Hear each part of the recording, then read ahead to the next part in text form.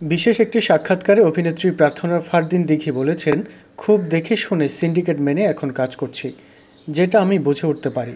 তিনি বলেন, প্রত্যেকটা পরিচালকের পছন্দের তালিকায় ৫ বা ৬ জন নায়ক বা নায়িকা থাকে, যাদেরকে কাস্ট করা বা সিনেমাতে অভিনয়ের সুযোগ বেশি দেওয়া হয়। তাদের ভেতর আমিও পড়ে গেছি।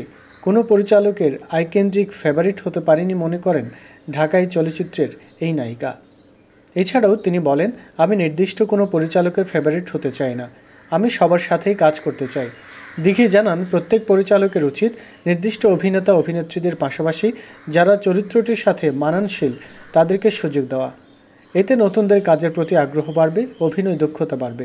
দিঘি মনে করেন, কিভাবে আসলে মন জয় করে পরিচালকদের সাথে কাজ করতে হয় বা কাজ বেশি পাওয়া যায়, এই সিক্রেট বিষয়টা বা ভ্যাকসিনটা তিনি এখনও খুঁজে পাননি। জানলে হয়তো কাজ অনেক বেশি পেতেন। তিনি পারফেক্ট কাজের মাধ্যমেই সবার নজরে আসতে চান এবং এভাবেই নিজেকে সিনেমা জগতে প্রতিষ্ঠিত করতে চান বলে জানিয়েছেন।